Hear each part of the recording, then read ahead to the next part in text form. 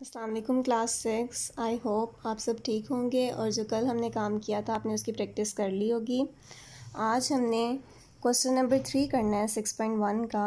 पीछे हमने रेशो के बारे में पढ़ा था कि रेशो क्या होता है। Ratio is the comparison between two quantities of same kind, यानी एक ही तरह की टू क्वांटिटीज़ का जब हम कंपैरिजन करते हैं तो उसे रेशो कहते हैं।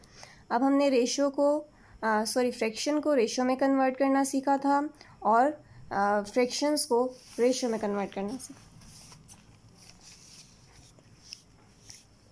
क्वेश्चन नंबर 3 आपके पास, सिंप्लीफाई द फॉलोइंग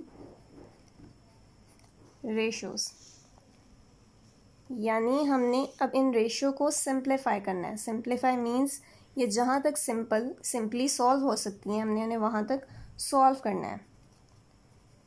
3:9।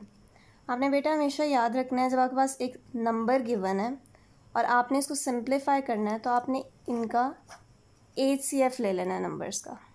HCF लेने के लिए पहले आप इनको इकट्ठे नंबर्स को लिखेंगे और इनके फैक्टर्स इकट्ठे ले लेंगे। 3 1 3, 3 3 9। अब देखेंगे दोनों नंबर्स सिर्फ 3 के टेबल पर ही डिवाइड होते हैं, इसके अलावा किसी नंबर पे नहीं जाते, तो इसका मतलब इसका HCF 3 आ जाएगा।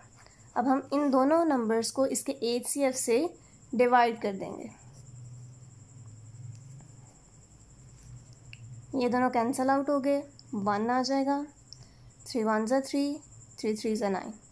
ये सेम टेबल पर कटिंग होती है, हमने इसकी कटिंग कर दी। तो अब देखें 1:3 आ गया जो कि इसकी सिंपल फॉर्म थी। इसी तरीके से आपने बाकी भी जो सिंपल नंबर्स हैं इनको आपने उनके HCF से डिवाइड करना है। एक और चीज़, क्वेश्चन नंबर 3 है जैसे 1/4 रेशो 1/6। अब ये नंबर जो है वो फ्रैक्शन की फॉर्म में है। अब आपने इनके HCF से डिवाइड नहीं करना, बल्कि अब इसके मेथड के लिए आपको इनका LCM फाइंड आउट करना पड़ेगा। 2 2 4, 2 3 6, 2 1 2, 3 3 1 3। हमने इनका ये LCM लेने का मेथड होता है। LCM लिया, 2 2 4, 4 3 12। ये इसका LCM आ गया। अब इस मेथड में आपने इसको डिवाइड नहीं करना बल्कि मल्टीप्लाई करना है।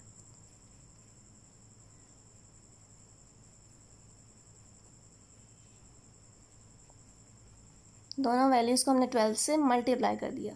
4 1 4, 4 3 12, 6 1 6, 6 2 12।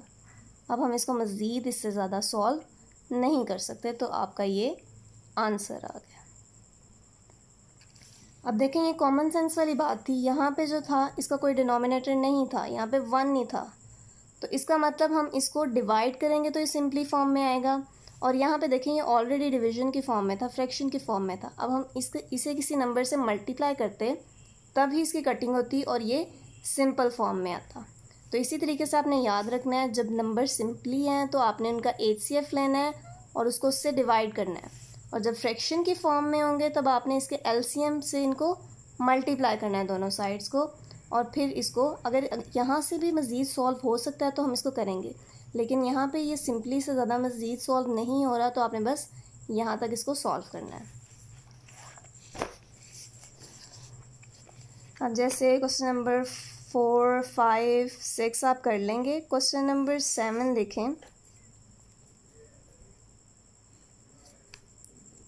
वो आपके पास डेसिमल की फॉर्म में है, यानी पॉइंट की फॉर्म में है। आप इसे पहले पॉइंट से सिंपल फॉर्म में ले आए। पॉइंट ख़त्म करने के लिए आपको ये पता है ना, ये पॉइंट एक डिजिट के बाद है, इसीलिए जब हमने पॉइंट को ख़त्म करना है तो नीचे एक 0 ऐड कर देना है। अब यहाँ पे भी पॉइंट को ख़त्म करना है, एक नंबर के बाद पॉइंट है तो नीचे भी 1 के बाद एक 0 आ जाएगा। ये आपने डेसिमल सिस्टम में पढ़ा होगा किस तरीके से पॉइंट को ख़त्म करते हैं या ऐड करते हैं। तो पॉइंट रिमूव करने के लिए हम हमेशा डिवाइड करते हैं, और ये कितने करते हैं, अब एक नंबर के बाद पॉइंट था इसलिए नीचे 1 0 आ गया। अब देखें नीचे दोनों के पास 10 है, हमने इसको ख़त्म करना है, ये सेम नंबर है, तो अब जब कभी भी नीचे सेम नंबर आ जाए तो आप उसको डायरेक्टली उसी नंबर से मल्टीप्लाई करके उसको ख़त्म कर सकते हैं दोनों साइड से। यहाँ से 10 कैंसिल हो गया, 10 से कैंसिल हो गया, तो 13 और 39। अब हम देखते हैं कि ये क्या मज़ीद और सॉल्व हो सकते हैं या नहीं। तो आपको पता है इस तरीके के नंबर्स के लिए आपको इसका ACF फाइंड आउट करना पड़ता है। उसके लिए पहले हम इनके फैक्टर्स देख लेते हैं कोई इसमें कॉमन नंबर है या नहीं। 13 1 ज़ा 13, आपको टेबल्स आते हैं तो 13 2 ज़ा 26, 13 3 ज़ा 39, यानी ये सेम टेबल पर डिवाइड होते हैं। तो 13 इनका ACF है, जिससे हम इन्हें डिवाइड करेंगे। ये दोनों कैंसिल आउट हो गए, 1, 13 1 ज़ा 13, 13 3 ज़ा 39। इससे ज़्यादा हम इसे मज़ीद सॉल्व नहीं कर सकते। तो ये आपका आंसर।